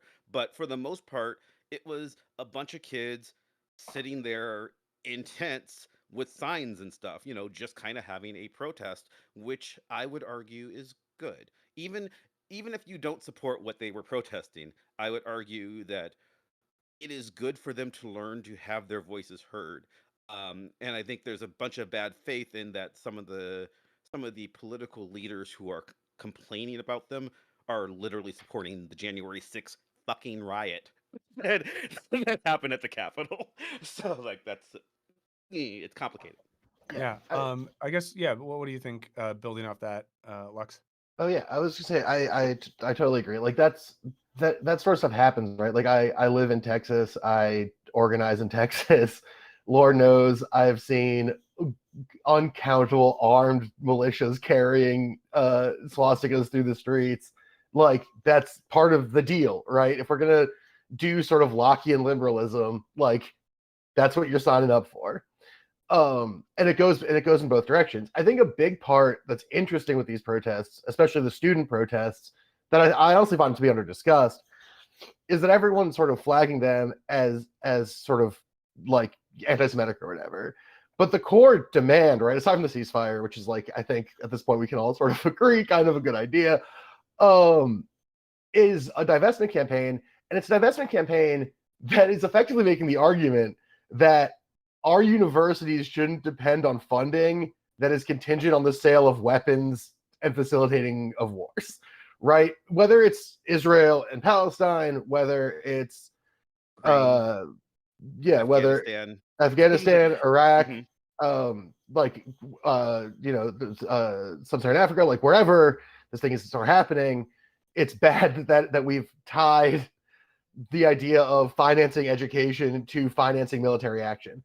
And I think that's a conversation that's like legitimately extremely important and one that Which you haven't seen a lot, right, in the media. Like I don't see too much serious conversation about that side of it, like the Right, very well, A structural little bit, but issue. not much. It's not sexy. It's more because sexy to talk about the fight. because when they say divest, everyone's like divest from Israel, and it's like, well, no, it's divest from companies that sell weapons or do big business with Israel. Starbucks and McDonald's aside, sure, those aren't the same thing, but primarily those companies are, Boeing, Raytheon, Northrop Grumman. Like if you look at the divestment list, like it's mostly weapons companies or stuff like that. And so I think when we couch this strictly in terms of the question of Israel in the context of these protests, we're kind of missing a core element of what the protests are reacting to. And that's not to minimize the degree to which the massacres in Gaza are worth protesting and that we should be having encampments about them. But that's not the fullness of the demand that's happening, right? And I think that, like you said, Burns, the media doesn't even necessarily, I mean, not even, that's me hedging too much. The media simply does not engage with the specifics of the demand, right? You'll see this. I was just thinking about this morning for other reasons, but like, there was a post that went viral yesterday that included basically the argument, or maybe it was 2 days ago, that was basically this reporter being like, these college kids won't talk to me. They want me to talk to their spokesperson. And that's very much this thing where they're like, oh, we want to catch these kids doing a bad job explaining their stuff so we can do a bad job explaining their stuff. We don't want to talk to the media trained people. Some of the organizations that I organize with, like, I'm not a media spokesperson. Like, I'm allowed to do this because it's my job, but like, I'm not supposed to talk to like the Austin American Statesman, right? I haven't taken the course that we all take to become a media person. And like, it's good that they have those systems in place. What it prevents is the thing that sort of a lot of media forces want, which is to characterize these as unorganized things without logical or intellectual bases. And so that's sort of, I think, to Chris's point, right, to Matt's point, that like, you have these protests are allowed, and like, it's hard to say, it's hard for anyone to say like they should be able to do this because protesting is wrong, First Amendment stuff, because it always backfires. Like, every single time that politicians say that, everyone's always like, well, what about Charlottesville? You know, they're right. And then they're like, well, and it happens all the time. So the thing they're looking for is to discredit the position itself, or discredit the organization behind the position. You see that with like the George Soros funds Jewish Voice for Peace, which, like, let me tell you, if George Soros did that, I would get a fucking haircut. Like, get out of here. But the broad position is like discrediting the movement, discrediting the organization, and the fact they can't do that because of the discipline and like the core focus of these students, which I find to be really impressive. Like, I was organizing for Occupy Wall Street. I was organizing during the 2011, 2014 pro-Palestine protests. Not even close. These kids are miles ahead of where we were then. It's unbelievable. The internet who've grown up with it. It's the thing that I find fundamentally amazing about this is good protest takes organization.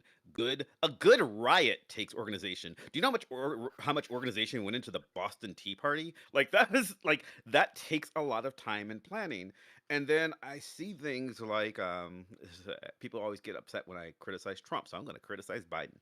God. Biden spoke, like, after being forced to speak on this issue. They dragged him out there, and he did the thing that is sort of the current neoliberal moderate talking point of, oh, well, a lot of them aren't even really students. They're outside agitators. They're other, and it's like, and what bothers me immensely it bothers me when anybody says this, but when Joe Biden says it, well, you can't have, this is a professional agitator.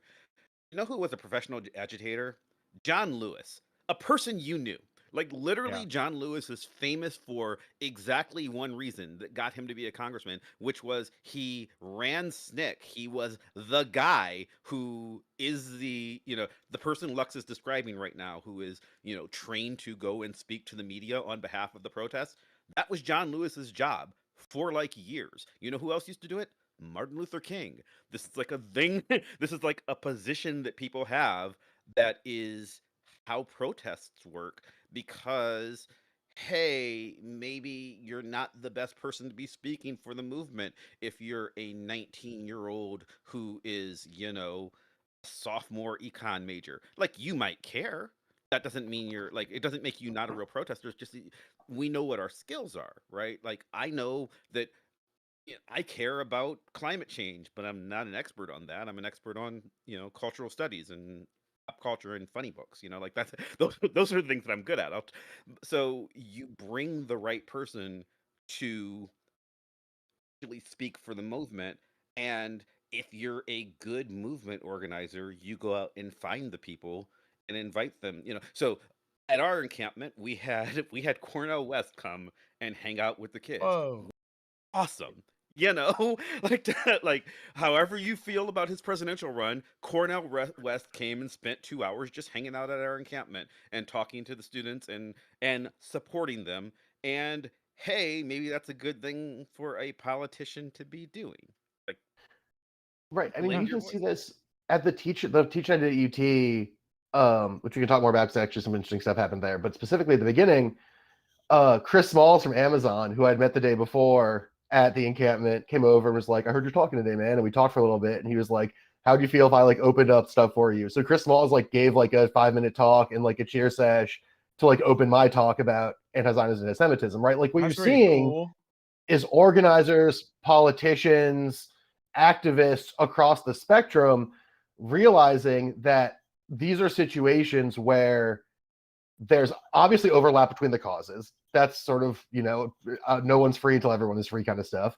But also, more cynically, that there are opportunities to present themselves doing the thing that they are good at in a context that people care about. And you'll see Cornel West, Angela Davis spoke. I think it was in Colorado, but I can't remember. And spoiler, there's a clip of it in a video that's coming out soon on Wisecrack website. And so you find these movements organizing and operating in the same space, and these people clubbing together, and it indicates, like I think Matt was getting at the Cornel West thing, an awareness of the significance of this movement in time and the significance of amplifying the specifics of the demands, right? Cornel West isn't showing up and just sort of being like, I love these kids who want to fund Hamas and like blow up every building in Israel. Like that's not what he's doing, right? Like it's a conversation where he's fulfilling the specifics of the demand. Chris Smalls is the same thing. Davis is the same thing. All these activists are doing the same thing. And there's Omar's done some. Yeah, Ilhan Omar showed up at Columbia. Like AOC did one somewhere, and that's it's a show of solidarity and a show of active listening, right? I mean, not to harp on Joe Biden, but like last night, Biden's speech where he was like, Hamas is animated by ancient hatred of the Jews or whatever, is A, preposterously racist, B, a crazy thing for someone who's older than Hamas to say about Hamas. I have a kind of personal question, if this is okay, Lux. Yeah. You don't have to answer this if you don't want to. But in talking to, and I'll start this by stating I'm not Jewish, but in talking to Jewish friends who I know that are involved in politics and organizing, I've heard some tense or kind of bummer stories about what it's like to be someone who is a proud self-identifying Jewish person who is in solidarity with these students right now. And as both of those things, Lux, I wonder what that experience has been like for you and what it says about, I guess, maybe like the confusions around what Judaism is and what Zionism is and how one navigates those. Does that make sense? Yeah, totally. And only if so you're comfortable talking about no, that. I'm happy. Henry, you might want to turn me down. Apparently I'm loud. Sick. Thanks, dude. My man, best in the biz. But yeah, so I'll start with like a little story, right? Where when I was speaking at St. Ed's, I was talking to the social work school about this stuff, and a professor who was in the talk came up to me afterwards, was like, "Hey, 4 of my Jewish students who are really in favor of these encampments of these actions feel really alienated from their families and their communities by that feeling of solidarity and don't know how to talk about it.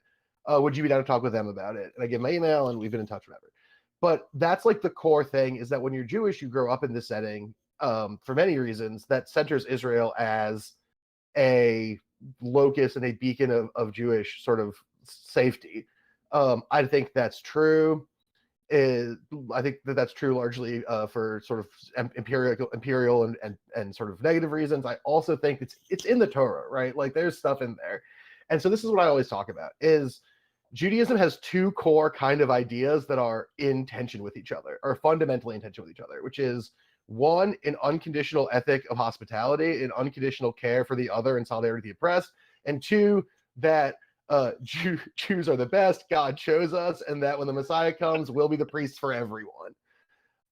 Those 2 ideas can't really calibrate, and I think everyone deep down kind of knows that to be true, that those ideas can't calibrate, and that what Jewish people end up doing is making a choice about which direction they want to go in. And the Jewish establishments and infrastructure that exist in this country push you towards the sort of supremacist angle. And I think it is a difficult thing. Like it's hard for me. It's hard for my dad, who someone mentioned. Hard for my dad, who someone mentioned in the chat. Hard for any Jewish person to sort of take this position that is like the religion that I care about, that I'm proud of, has these deep, profound flaws, and I'm trying to reconstruct it in a way that aligns with the values from it that I choose to pull. And that is a difficult thing, but it's a very real thing and a very real struggle. And I think a very traditionally Jewish one, because Judaism is a religion defined by debate, reinterpretation, renavigation of the text. So yeah, I guess to answer your question, it's like, it's a hard thing. It's hard to talk to other Jewish people out because you never know exactly where they're going to land on stuff. Because like, you know, well, the old joke, it's like you have 5 Jews over for dinner and get 10 opinions, right? Like, it's, you never know where things are going to land in that kind of way. But it's important to sort of have those talks and be willing to defend those. But you have to sort of be ready that, like, you know, a guy who you find to be really cool in most cases will have an opinion that is extremely difficult here, and then you'll have someone who you think is kind of a weirdo having, like, being aligned with you, and you're navigating this discussion. But like, I think the core thing is, we talked about this a couple streams ago, but like the core thing is like the first principles, like what about Judaism is good to you, and maintaining an ethos aligned with that. I think that's the best way to answer your question, is like to go back to sort of that core idea. Oh, thank you. Thank you for sharing that. Hopefully everyone listen to that. If you didn't get everything Lux says, watch this again. Listen to that again. Run it back. Yeah, Mav, question for you. And yeah, and some people in the chat are saying that they really feel what Lux just said. So thank you for that. Mav, what's this been like for you, like in terms of what does it feel like in terms of being like a university professor, right? And Yeah. I guess what I'm thinking of here is there's a sense at which from the outside one might figure, oh, professors are important members, if not some of the most important members of a university community. These are people who are what the university is built for in many ways, are to facilitate teaching from these professors and learning from these students. Like, this is what it's all about, right? Mhm. And we see both of those groups having a tough time in particular. And I don't know what's been like it in Pittsburgh, but I know at UCLA, there's professors who have stories of like being locked out of their offices, being arrested, being banned, basically being treated like absolute crap. So, what does it feel like these days as a professor at a university, and how have these events in any way refigured or complicated how we think about the role of the professor at a university? Yeah. Okay. So complicated other question discussion is that not all professors are created equally. That's there's a weird hierarchy thing. That said, um, it's not been so bad for me because it has been more or less pretty tolerant of the entirety of the protest situation. But for one day that went pretty bad. For the most part, the administration has more or less stayed out of the kids' way and just let them be college students protesting a thing that the university might not have agreed with, and progress was being made. There were negotiations and everything. So there was one bad day. Um, from a national sense and a little bit from a local sense, there is the weirdness of for fear of pissing off one side or the other, and I'm saying that not to pick sides, but literally for fear of pissing off either side, Yeah. there's sort of a hey, maybe don't get involved in this. You know, don't piss off the Palestinians, don't piss off the Jews, and that's kind of weird because with the, you know, we'll be asked things like, well, you know, is this really related to your research, to the thing that you teach? Mhm. And kinda. I'm, you know, Yeah. I teach cultural studies and youth culture. So yeah, it kind of is. This is a thing that students do. So I tend to, when I need to approach it, I approach it in the way I've been doing today, in abstracts. Like I'll talk to you about the civil rights protest movement, and then you can draw whatever Yeah, yeah, yeah. allusions to the modern day that you want. So it's been weird for me. Other people have, again, protection of tenure. Some people have taken a direct stance and said, "Hey, this is not okay." And as a tenure professor, I'm going to say it's not okay. And some of them have suffered from it. You know, the most notable being, hey, maybe it's not particularly pro-Jew to throw a 60-something-year-old Jewish history professor down on the ground at Maybe not. Who's to say? by Who's to cops. say? Like, and it's sort of Not in the weird Talmud. because yeah, it's a weird thing because you end up with this thing where people are like, um, I understand the fundamental complaint that all people should feel safe at the university. And people have been phrasing it as Jewish students should feel safe at the university. I will say all people should feel safe, but the realistic answer is all people don't get to feel safe. Oh, And in this situation, um, there maybe you're feeling unsafe, but understand, and this is not an exaggeration, um, someone yelling obscenities and slurs at you is, for some of us, a daily reality. Like yeah. it is just a thing, and I understand why they complain. And I understand Yeah. that, hey, maybe you have to walk a little bit to the left to go to class, but that's part of it. It's the thing you said. Again, Westboro Baptist Church outside my window is a thing that happened to me. So I think that you hit on something important, and this is actually something we talked about at the UT encampment a little bit, and I've talked to some other people about, is that like every student, like it's impossible infrastructurally to guarantee a right to feel safe, right? Because that's like the core tension of liberalism, is that like we're kind of trying to find the best balance, but there are things that if I like it, someone else is not going to like it, and vice versa.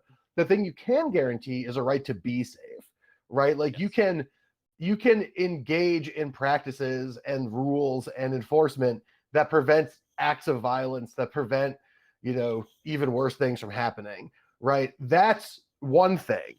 But you can't guarantee a right to feel safe, because that's just what happens. Um, and so you're going for uh uh and you're how do I put this? Like there's this demand is unmeetable, mhm, and it negates the fact that, like you're saying, like if a school if a school is investing in Raytheon and you are a student with Palestinian family, I bet you don't feel insanely safe that's when you yes, go to the Raytheon computer sciences building, right? yes. Like That it's I can not. that I can actually say publicly. I think that the presumption of what's his name, the kid in the chat was saying this. Well, shouldn't protests be out of the way and blah blah. Well, no, because the presumption that you're making at that point is that you're ignoring the fact that the reason a protest happens, and I mean whether it's this one, whether it's a BLM protest, whether it's Vietnam protest in the 60s, whether it's people storming the Capitol on January 6th, right? Something I horribly disagree with. But those protests happen because someone feels slighted and unsafe in some way. They feel threatened by something. So at some point you have to listen to the thing that they're threatened by. And it's really hard to, like, if you're saying, well, you can protest as long as you do it off campus, as long as you do it out of the way, as long as you do it where I'm not seeing it, where it's not inconveniencing me, In then what you're USC's saying sanctioned is protest zone. yes, right. What you're saying is you don't want to acknowledge my protest, so you're giving me a place to blow off steam out of your eye line, and that's not a useful protest. So yeah, like I acknowledge and feel bad for anyone Jewish who's been adversely affected by this over the last 3 weeks. I also acknowledge and feel bad for anyone Muslim who has been adversely affected over this, but over the Yeah. last several weeks. And as someone who is on campus every day because it's my job at a university with thousands of students, I have both. I have both Jewish students and Palestinian students, and I see them, and it is uncomfortable. And what I will say is, as a professor, I don't feel safer now that there's cops wandering around. I don't feel safe. Like I felt safe when I felt a lot safer when kids were yelling on the quad in tents than I did when they Yeah. decided that we needed to have armed guards at every door of my building so that I had to show my ID and prove that I worked there to walk into my job every day, which is a thing that happened for a week Yeah. because safe. Yeah. Lux, do you have time for one more thing? I can do one more question, then I gotta run. It's quick. This is a quick one, guys. And this is, not to get too serious here, but another point of the discourse that's broken out and this has come from media figures, from academics, people, on the news, is that left-leaning protesters are not hot, and that right-leaning protesters are hot. You've seen this a lot on the internet. Megyn Kelly was talking about this. It's been one of the weirdest parts of the discourse. So, how would you guys respond to the idea that people are somehow now obsessed with the attractiveness of student protesters? And you could even just take it like this, like hot or not. Okay, so I have two answers for this. One is sort of the goofus answer that it deserves, and one is maybe a little bit more serious. So I'll start with the goofus position, which is like, fuck it, you're crazy, right? Like the the left wing protesters are substantially more attractive than the right wing protesters, because all the right wing protesters are like schlubs who got out, like just wandered in from their house and like look a mess and sort of all have the same generic Kyle Rittenhouse face. Like it's the same, it's a mess, right? It's crazy. Obviously, I bring the left wing average down, but like despite me, we're still doing okay. However, there is actually a real meaningful, like serious thing here, which is that like this is like a better conversation, but like the standards of Western beauty as an indicator of moral good is like some real Mondo Nazi shit. That has been around for a really long time. And so the idea that if like blonde-haired, blue-eyed white people are for a thing, that it's good. Yeah, and you recodify that sort of, however, to meet whatever beauty standard is like the one sort of presented by the sort of oppressive apparatus, but like that's a real thing. Is like basically what your Megyn Kellys and shit are saying is like, look, these people are ugly. They must be evil. Haven't you seen a Disney movie? Is like effectively the position she's taking, and that is like a real and like meaningful thing to unpack. I think it's pretty low on the list of things to unpack in this situation, just because of how many big scary things there are to unpack in this situation, regarding international relations, regarding the internal contradictions of Judaism, regarding the distinction between terrorists and resistance fighters. There's a million things to unpack. However, this is still one of them, and like they're doing it, like, because they're showing the thing is they're not showing pictures of like me, like cigarette burned t-shirt, looking scraggly with my eyes all red, and being like, look at these fucking ugly people. They're showing like pretty Palestinian 20-year-olds who are protesting, being like, look at these fucking nasty freaks. And like that's the fucked up part of it. If they're showing like me, it's like whatever, yeah, you're right. Like I look like a train wreck always, 24/7. That's my thing. But like that's not the project, right? The project is to use a specific ethnic and stylistic identity to undercut the moral position of those people by conflating the sort of racialized identity that they're presenting with immorality. And that's bad, and you shouldn't do it, is my opinion. I'm really pitching a heater there. Mav, thoughts on the hot or not debate as it applies to student protesters? I would have gone pretty much where Lux did, but I would have added, if your first take about any of this is, which side has the more fuckable 20-year-olds, you yeah, then know right? what side that Drake's on. Drake, you have a take on this. You have already said where how seriously I should be taking you in this conversation. Like that's what she's arguing. She's literally saying, hey, if you look at this protest and you look at one side and the other side, I am trying to decide which of these I want to bang more. That's her. That's the discourse that she and was that makes offering. them better people. And I'm like, that's insanity. Like that's not how. So like, take all the race out of it. The fact that that's where you're starting is crazy. Now put the race back in and notice that. And your point is you want to bang the lighter skinned ones more. Like that's kind of where you're going with it.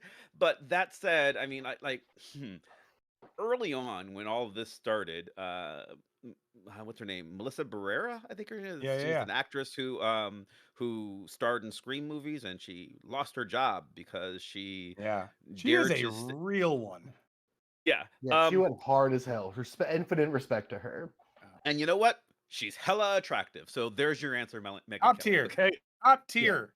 Yeah, that's tier lady. and I I must- gotta run because Yeah. I gotta go convince people to let me make millionaires eat hot dogs on the internet. Before you run, you're being called hot in the chat, so just know that. Hey, shouts out to the people with the bad eyesight and the bad taste. Respect to y'all. I love you. I'll talk to you guys soon, but I gotta run. Mav, it's a See you pleasure later. as always. Burns, Gotta Henry, show much Gibson. love, and I'll talk to y'all soon. Thanks for being here. Yeah, I mean, and I will say this though, the simple thing, everything that Lux and Mav just said is completely true, and also like Mav just implied, if we're going to sink to the level of reducing the validity of protest movement down to the more or less like fuckableness of those involved, even by that logic, I'm just saying. I tweeted this the other day. I dare you to watch footage of January 6th and try to touch yourself to completion. I just dare you.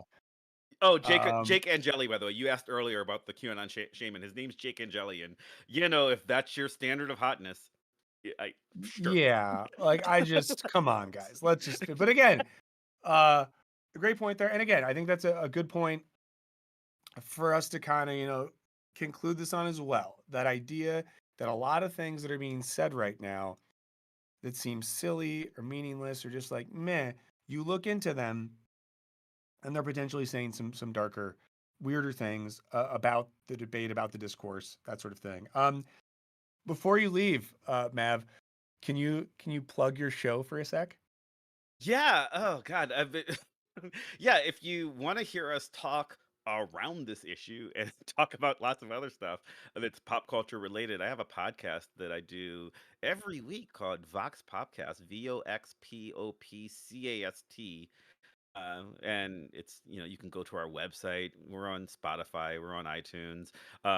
Yeah, I decided early on that I wanted nobody to be able to find the thing that I do, so I spelled podcast with an extra p instead of a d, Yeah. because that was clever, right? No, but it's a lot of fun. Burns has been on it, Henry's been on it, Lux has been on it. And a lot of other, we have academics on. I think this week we are talking about the impact of AI on academia, That's and the thing. we're not going to go where you. I mean, I've already recorded the episode, so I know it's. It maybe doesn't go where I think people think it's going to go, because people. I was asked to do this show. It's like, hey, can you talk about how to stop AI in academia? And I said I can talk about AI in academia, not about how to stop it. And Ooh. I maybe argue that it's kind of a good thing, and that we should welcome our new robot overlords. So That's very intriguing. And I so do want that's to give a shout out and thanks to your co-host Monica Marvelous. The other night, I wanted to know how I could help support the students at UCLA, and she sent me a way to do that. So huge shouts. But please do go subscribe. And when you do please. subscribe wherever, like leave a good 5 stars or whatever the 5-star most review. stars is, and say things like "It is nice," "They are good" in your review. Aw, yes. Last comment, and then we're gonna let you go, Mav. Someone said, Mav, how much you bench? Oh God. Poorly. So I don't know, because I haven't been lifting in a while, because I am horribly out of shape, because I am no longer an active See, professional I wrestler. think they asked that because you look like you could be jacked. I mean, I was in better shape when I was actively competing and stuff, but now I'm an old man. I'm literally turning 50 in like a month and a half, and it's messing up Let's my brain. go. I don't like regular bench press things, because I jacked my shoulder, my left shoulder. I dislocated several times as a wrestler. So I'll use military press, but I can do a couple hundred if I'm working out. If I depends on if I'm trying to max, or if I'm just working up. I do a lot of these days when I'm working out, and again, this is going to be, I think this is the summer of MAP. If I'm going to try to get back in shape this summer, um, because I like the P90X workout. I'm a big fan of that, and then I'll do individual floor barbell presses, and I'll do a 40 in each arm. So that's only 80, but if you do about 30 reps like that, it's real good. Amazing. Well, thank you for that fitness advice on the way out. And hopefully with summer coming and classes not being a thing, hopefully we can have you on a few more times if you would Yeah. if Oh, you would it's do been that. great. Yeah. Yeah. By the way, just I've been back in the chat basically for the last 3 weeks, 2.5 weeks since classes ended, and I missed this. So hi everybody. It It's makes everything really, feel right in the yeah. world. It was Yeah. really weird. Like the entire last semester, I was just unavailable on both Mondays and Wednesdays. But theoretically, I should be around most of the summer, and if my schedule doesn't change, I'm teaching Tuesdays and Thursdays in the fall, so I might be around more in the fall too. So. Awesome. Well, thank you so much for stopping by. We'll have you on again soon. Again, give some love to Dr. Christopher Maverick in Everybody. the chat. Yeah, some will answer for sure. So thank you so much, and follow Vox Podcast. So everyone, we'll start, wrapping things up a bit. We got into it today. We talked about some things that are heavy. We got some interesting perspectives. The chat got a little froggy, but not overly froggy. Where I'd like to end on, as always, is let's do a classic What Are Ya sesh to leave on a good note. Again, What Are Ya's is very broad, and shouts to our guy Dude Abides who came up with this category. And What Are Ya's, which is what are you doing? What are you eating? What are you reading? What are you watching? What are you writing? What are you thinking? What are you feeling? What are you listening to? It's a pretty broad, and yes, for slot protest, Porkins, you're definitely here. Um, you know, anything you want to rec and things that you're liking. Um, and I'll say Old Grease said X-Men 97. I'm very excited to watch the new one. Yeah, I've really come around on X-Men 97. I'm liking it very much. I'll give one more What Are You on my end. On Netflix for the past couple nights, there's a new live streaming show. It's 7 p.m. Pacific. That's hosted by John Mulaney. That's called Everybody is in LA. It's so weird and fun, and I love it. The thing I love most about it is his announcer is Richard Kind. If you don't know who Richard Kind is, you'd see him and be like, "Oh, that guy who's in stuff." It's like really fun. So if you just kind of like absurdism and chaos, watch Everybody's in LA over on Netflix. Henry, you got anything? I've been enjoying the book Pimp by Iceberg Slim. It's Whoa, did an not see that coming. I mentioned it last week, but it got a little lost in the list of things. But Wow, yeah. I've really honed in on reading it this past week, and I'm almost through it. It's a very enjoyable autobiography and painting of 1940s and 50s America. You don't usually get to see in pop culture. That's amazing. Back when pimps wrote books in the good old days. Yeah, good stuff. I picked Go up the ahead. paperback. I picked up too has like a list in the back advertising other stuff by Iceberg Slim, and it just has the most salacious descriptions. I love it. But aside from that, I'm gonna check out a movie called The Seventh Curse a little later tonight on Tubi. It's a Awesome. Asian action fantasy thing. I don't know much about. I'm going in blind, but it seems like it's gonna have a lot of cool fights and effects. That sounds great. Someone brought up Space Ghost. Oh man, I think I sometimes underrate how informative Space Ghost was on probably my like cultural and comedic sensibilities because I watched that obsessively when I was much younger. Um, let's see some other stuff. Listening to Cultish, Slapstick by Vonnegut. Um, yeah, I think I've been listening to the Dissect podcast a lot recently, and I listened to the two most recent episodes. Well, I'm gonna listen to the second one in the car today. Um, yeah, and I'm like I told you guys, I'm on Monday. I'm moving this week, so it's like Friday's basically my moving day. So if you have any moving advice, let me know. And as always, a couple things. Wisecrack Live 666. Email us. Wisecrack Live 666 at gmail.com. I'll do a quick email check-in before we leave today because I want to make sure I get to anything. Yeah, we had some solid stuff. Yeah, nothing new. Our friend Aoife dropped in and asked something and got back to her. So yeah, hit us up there whenever you want. There's some more What Are You's coming through.